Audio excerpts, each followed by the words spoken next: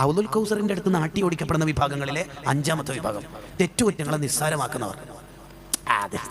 അങ്ങനെ നോക്കിയപ്പോ നടക്കും കല്യാണം. എന്ത് ഉസ്താദ് ക്യാമ്പസ് അല്ലേ, ജോഹന്നസ്ബർഗിലൊക്കെ ജീവിച്ചിട്ട് ഇത് ക്യാമ്പസ് അല്ലേ? കണ്ടോ, തെറ്റ് ചെയ്യുക മാത്രമല്ല തെറ്റിനെ നിസ്സാരാക്കുക. അല്ലോ, അടുത്തത് കൂടി ചേർത്ത് വായിച്ചിട്ട് നമുക്ക് വിശദീകരിക്കാം. 6 തെറ്റ് പരസ്യമാക്കുന്നവർ. ചെയ്ത തെറ്റ് ഒരു ഹറാം, എന്നിട്ട് അത് സ്റ്റാറ്റസ് വെക്കുക.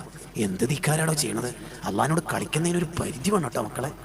ഹറാം ഏതായാലും ചെയ്തു, എന്നിട്ട് അത് സ്റ്റാറ്റസ്. കുടുംബത്തിലാണും പെണ്ണും ഇടകലർന്നിട്ട് സർവ്വ ഫോട്ടോസും എടുത്തു, ഹറാം. അന്യ സ്ത്രീ പുരുഷന്മാരെ ഇടകലർന്നിട്ടുള്ള വീഡിയോസ്, ഹറാം. നീ കെട്ടാനിരിക്കുന്ന പെണ്ണ് എൻഗേജ്മെന്റിന്റെ അന്ന് നീയും ഓളും കൂടി ഫോട്ടോ എടുത്തു, എന്നിട്ട് നാട്ടുകാർക്ക് മുഴുവനും കാണിച്ചു കൊടുക്കും വിധത്തിൽ ഏതെങ്കിലും ബുഗാട്ടിയിലോ മറ്റോ കയറിയിട്ട് നീ ഇങ്ങനെ പരസ്യപ്പെടുത്തുന്ന വീഡിയോ. ധിക്കാരത്തിനും ഒരു പരിധിയുണ്ട് മോനെ, ഒരു പരിധിയുണ്ട് ധിക്കാരത്തിന്. ഇൽഹാറുൽ മഅസിയ, തെറ്റിനെ പരസ്യമാക്കുക.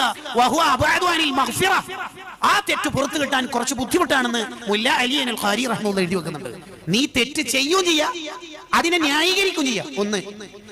5ാമത്തെ പറഞ്ഞത് 6, നീ തെറ്റ് ചെയ്യാ, അത് വീഡിയോ എടുക്കുക. 2, അത് ഗ്രൂപ്പിൽ പോസ്റ്റ് ചെയ്യുക. 3, കുറച്ച് ഓവറായി പോയിട്ടോ. ബൈലാവി ഇമാം പറയുന്നുണ്ട്, മരിക്കണ സമയത്ത് കഴുത്തിൽ നിന്ന് ഈമാനിന്റെ മാല ഊരിയിട്ട് കുഫറിന്റെ മാല ധരിപ്പിക്കുമോ എന്ന പേടി വേണം.